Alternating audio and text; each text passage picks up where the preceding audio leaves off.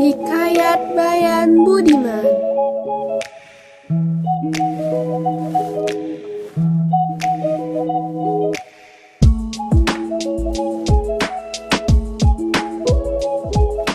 Pada suatu hari, sekawanan burung bayan asyik berterbangan dengan bebas. Mereka berkejar-kejaran dan hinggap di satu pohon dan berpindah ke pohon yang lain dengan sukacitanya. Namun, kebebasan mereka tiba-tiba terhenti karena ketika mereka hinggap di salah satu pohon yang sangat besar, sayap-sayap mereka lengket di daun dan ranting pohon itu sehingga mereka pun tidak dapat lagi terbang ke sana kemari. Kawanan burung bayan itu berjumlah 100 ekor, salah satunya adalah Raja Bayan. Sebagai pemimpin, Raja Bayan menyampaikan idenya kepada bayan-bayan yang lain. Kawan, ketahuilah bahwa kita terkena jebakan manusia. Tetapi kita harus tetap tenang. Hari sudah mulai malam, dan besok pagi manusia yang menjebak kita pasti akan datang. Ketika dia datang, kita harus berpura-pura mati. Tahan napas kalian dan jangan sampai ada yang bergerak. Dia pasti akan menjatuhkan kita satu persatu. Siapapun di antara kita yang terlebih dahulu dijatuhkan ke tanah harus tetap diam dan jangan langsung terbang sebelum semuanya jatuh ke tanah. Di suatu negeri hiduplah seorang tua bersama keluarganya. Pekerjaan orang tua itu sehari-hari adalah menangkap burung. Seperti biasanya, pada pagi hari orang tua itu bergegas pergi ke hutan.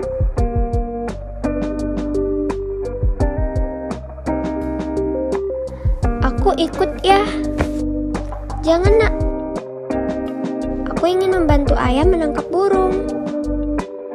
Ayah hanya pergi sebentar saja karena ayah tidak lagi mencari-cari burung yang akan ditangkap. Kali ini ayah pergi ke hutan hanya untuk mengambil burung-burung yang sudah melekat di dahan-dahan dan ranting pohon. Ketika sampai di hutan, orang tua itu langsung menuju sebuah pohon yang paling besar. Ia melihat burung-burung itu diam seperti sudah tak bernyawa, lalu diambilnya satu persatu dan dijatuhkannya ke tanah. Ia melihat tinggal seekor lagi yang belum diambilnya, karena burung yang satu itu menempel pada dahan yang lebih tinggi. Tatkala orang tua itu akan menjangkau burung itu, tiba-tiba golok yang dia selipkan di celananya terjatuh. Burung bayan yang sudah berada di tanah mengira yang jatuh itu adalah temannya yang tinggal seekor lagi. Lalu sesuai dengan rencana, apabila sudah genap 100 yang dijatuhkan ke tanah, burung-burung bayan itu segera berterbang bersama-sama.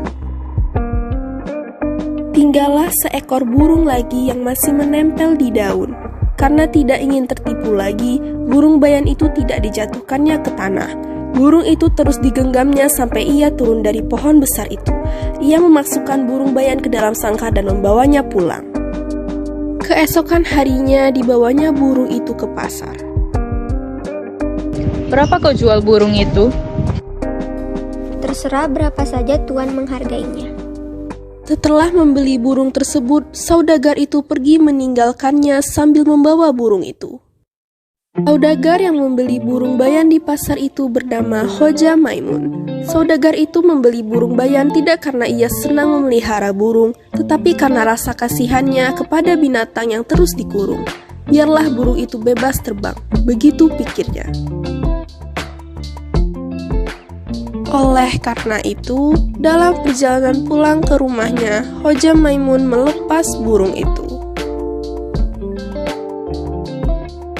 Namun, burung itu keluar dari sangkarnya dan terbang rendah mengiringi langkah-langkah saudagar itu. Assalamualaikum, Tuan. Hoja Maimun melihat di sekelilingnya tidak ada manusia. Lalu, siapakah yang mengucapkan salam kepadaku? Tuan, maaf hamba telah mengejutkan Tuan. Perkenalkan, nama hamba Bayan. Hamba ingin Tuan bisa menerima hamba untuk tinggal di rumah Tuan. Hai Bayan, aku senang berkenalan denganmu. Akan tetapi, bukankah aku sudah melepaskanmu dan menyuruhmu terbang bebas? Mengapa kau kemari dan tidak terbang bersama teman-temanmu? Izinkan hamba mengabdi kepada Tuhan. Tuhan adalah orang yang baik hati karena telah membebaskan hamba. Hamba sangat berterima kasih kepada Tuhan. Sebagai ungkap rasa terima kasih itu, hamba ingin mengabdi diri hamba kepada Tuhan.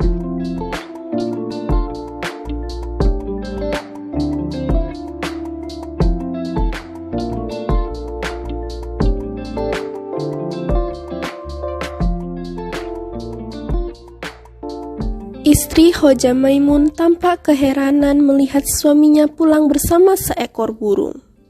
Keheranannya pun bertambah lagi ketika mengetahui burung itu bisa berbicara seperti layaknya manusia. Burung bayan itu lalu bercerita di hadapan suami istri itu.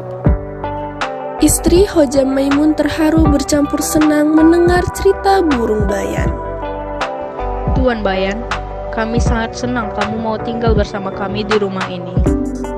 Rumah ini sepi. Kebetulan kami tak mempunyai anak, jadi keberadaanmu bisa meramaikan rumah ini. Hamba mempunyai cerita tentang burung jampring Tuan. Maukah Tuan berdua mendengarkan cerita hamba ini? Tentu saja kami mau mendengarkannya, Bayan. Suatu hari, ada anak raja sedang berjalan-jalan ke hutan. Di sana, anak raja itu belajar berburu. Tiba-tiba, jatuh di hadapannya anak burung yang masih sangat kecil. Kemudian, sang anak raja mencari sarang burung tersebut.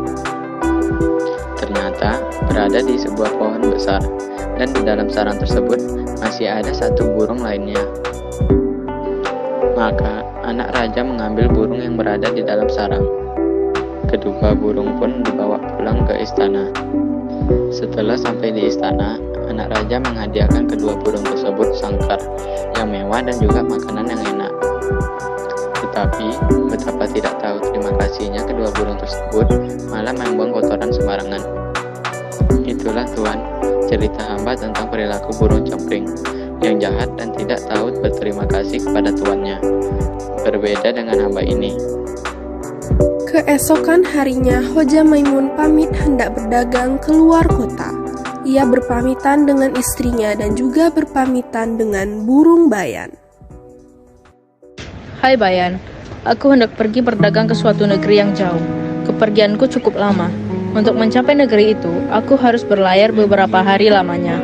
Untuk itu, aku menitipkan istriku padamu, temani dan jagalah istriku, Bayan. Baiklah Tuan, insya Allah akan hamba jaga tuanku perempuan. Dalam perjalanan nanti, jangan lupa Tuan terus berdoa kepada Allah agar Tuan selamat sampai di tujuan. Pada suatu hari, kampung tempat tinggal Hoja Maimun ramai. Hampir semua warga itu keluar rumah. Kampung mereka sedang kedatangan iring-iringan berkuda warga istana kerajaan. Putra mahkota kerajaan beserta para abdi dalamnya melintas di perkampungan mereka.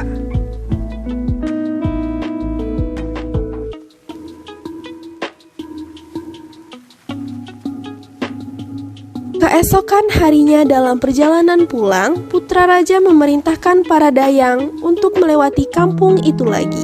Ia berharap bisa melihat kembali wajah cantik istri Hoja Maimun. Para dayang mengarahkan iring-iringan berkuda warga istana menuju kampung. Ia pun mengumbar senyumnya kepada warga sambil matanya mencari-cari sosok perempuan yang telah mengganggu pikirannya sejak kemarin. Namun ternyata sosok perempuan itu tidak tampak.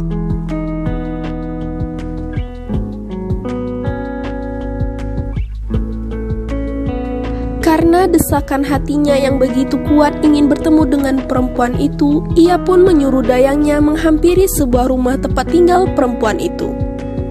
Istri Hoja Maimun tampak gugup. Ia sangat terkejut melihat putra raja yang berdiri di hadapannya. Sungguh ia tak pernah membayangkan akan kedatangan putra raja di rumahnya yang sederhana itu.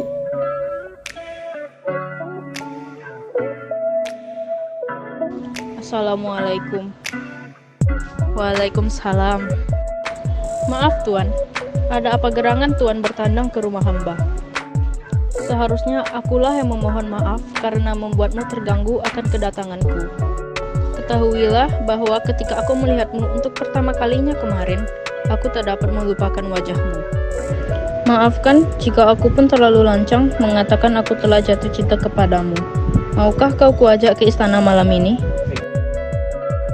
Di malam harinya, istri Hoja Maimun termenung memikirkan ungkapan cinta sang pangeran mahkota. Tuanku perempuan, tidak usah Tuan memikirkannya. Sudah biasa sifat laki-laki seperti itu, Tuan.